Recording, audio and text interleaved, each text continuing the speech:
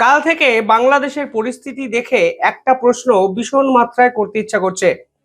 নিজের পায়ে নিজেই কি কুড়ুলটি মারলেন মোহাম্মদ ইউনেস? মানে মোহাম্মদ ইউনেস যেভাবে গেম প্ল্যানটি সাজিয়েছিলেন তা কি এবার বুমেরাং হতে শুরু করেছে? তিনি একের পর এক ভারত বিরোধী স্লোগানে দেশের মানুষকে ক্রমাগত উস্কে গেছেন।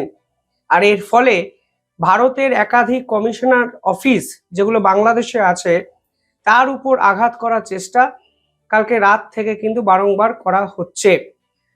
ঢাকাতে প্রধান যে হাই কমিশনারের অফিস তা কিন্তু আক্রমণের আওতায় নিয়ে আসা হয়েছে। চট্টগ্রাম, রাজশাহী, বিভিন্ন জায়গায় যে অ্যাসিস্ট্যান্ট হাই কমিশনারের অফিসগুলো আছে ভারতের, সেগুলোতে কিন্তু আক্রমণের প্রবণতা বাড়ছে। আপাত দৃষ্টিতে এই খবরটি একটি নিরীহ খবর মনে হলেও এর কিন্তু এক আন্তর্জাতিক তাৎপর্য আছে। কি আন্তর্জাতিক তাৎপর্য? আপনারা জানেন কালকেই ভারত কিন্তু খুলনা এবং রাজশাহী এই দুটো ভিসা অফিসও বন্ধ করে দিয়েছিল।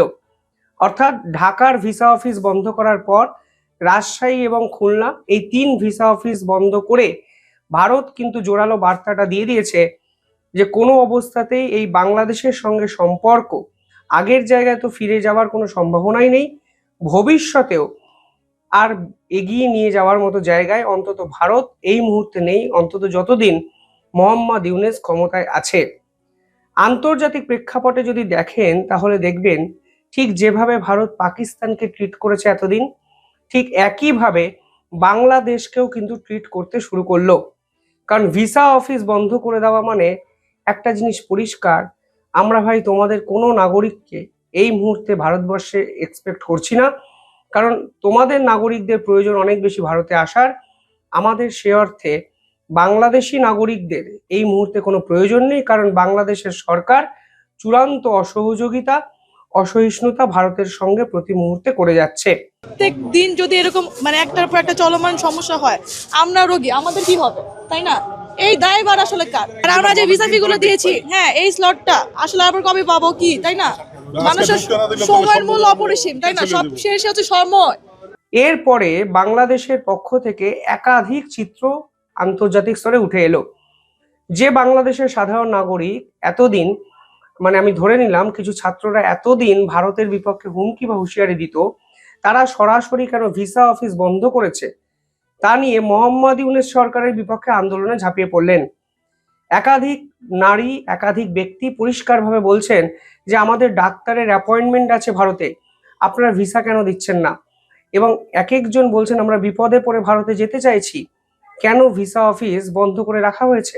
আসলে আমাদের নেওয়া উচিত। এমনিতে স্লট পাওয়া যায় না, একটা হ্যাকারের মাধ্যমে চলে গেছে।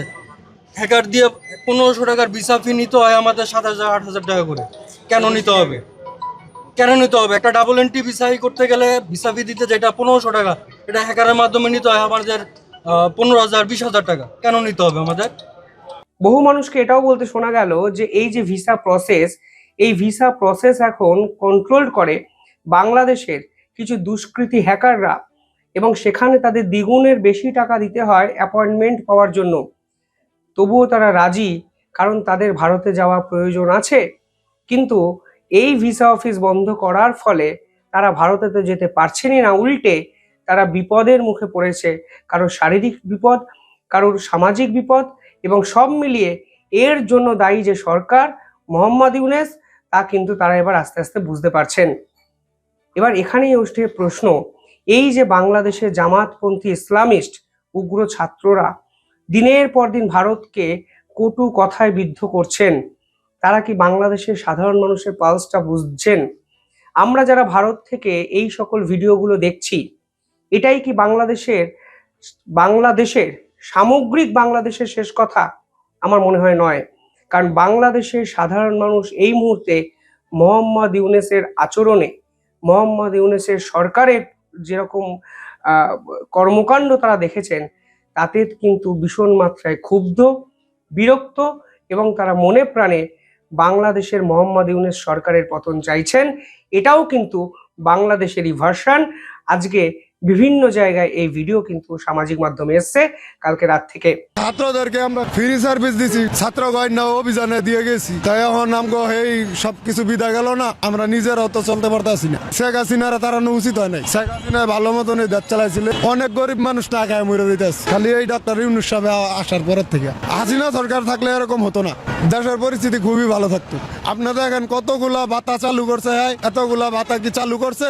ডক্টর ইউনূস কি চালু করছে? আর সব বন্ধ করে দিচ্ছে। অর্থাৎ সব মিলিয়ে যারা বাংলাদেশের ছাত্র নেতাদেরকেই বাংলাদেশের শেষ কথা বলে মনে করছিলেন, আজকের দিনে দাঁড়িয়ে দেখুন 1 বছরের মধ্যেই, অন্তত শেষ 3 মাসের মধ্যেই পরিস্থিতিটি কতটা ঘুরে গেছে যে ভারত একদিনের একটি ভিসা অফিস বন্ধ করার ফলে তারা রিয়েলাইজ করতে শুরু করেছেন মোহাম্মদ ইউনূস আসলে তাদেরকে ঠিক কোন জায়গায় নামিয়ে এনেছেন, কোথায় ঠিক তাদের ভবিষ্যতের সম্ভাবনাগুলো ভেঙে চুরমার হয়ে যাচ্ছে। সাধারণ মানুষ স্পষ্ট বলছে যে কথায় কথায় এত আন্দোলন কেন? একটা দেশের ভিতরে শুরু হয়ে গেছে আজকে 1.5 বছর যাইবা, মানে দেশটার ভিতরে কোনো শান্তি নেই, যেদিকে যাই খালি আন্দোলন আন্দোলন। মানে মানুষ যাইবে কোন দিক দিয়ে? রাস্তাটা একটা রাস্তা আটকে রাখা যায় কেমনে? আরেকটা রাস্তা খুলে দেন আপনারা, যেটা কোনো বিষয় সমস্যার জন্য রাস্তা ব্লক করে দিতে হবে, কোনো বিষয় আন্দোলনের জন্য যে ভাঙচুর করতে হবে, আগুন লাগাতে হবে, এটা কি একটা সভ্য দেশের চিত্র হতে পারে?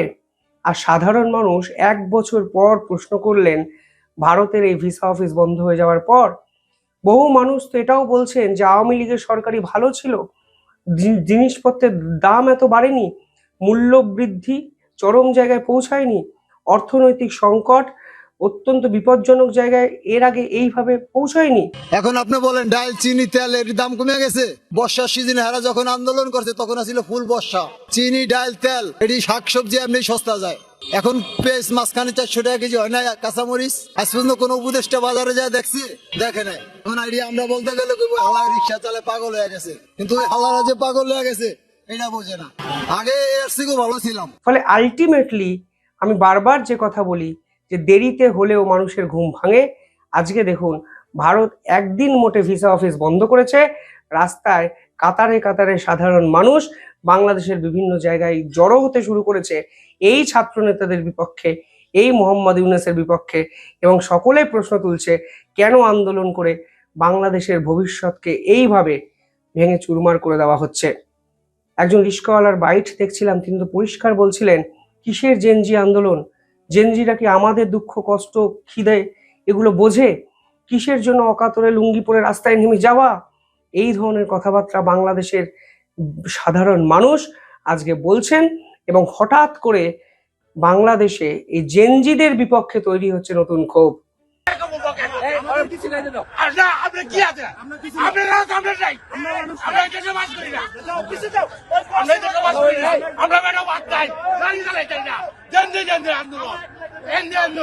ইন্টারেস্টিং বিষয় এবং সব থেকে ইম্পর্টেন্ট বিষয় হলো ভারত যদি আজকের দিনে দাঁড়িয়ে এই বাংলাদেশের সঙ্গে সমস্ত সম্পর্ক ভেঙে চুরমার করে দেয়, তাহলে সব থেকে বড় বিপদে পড়বে কারা?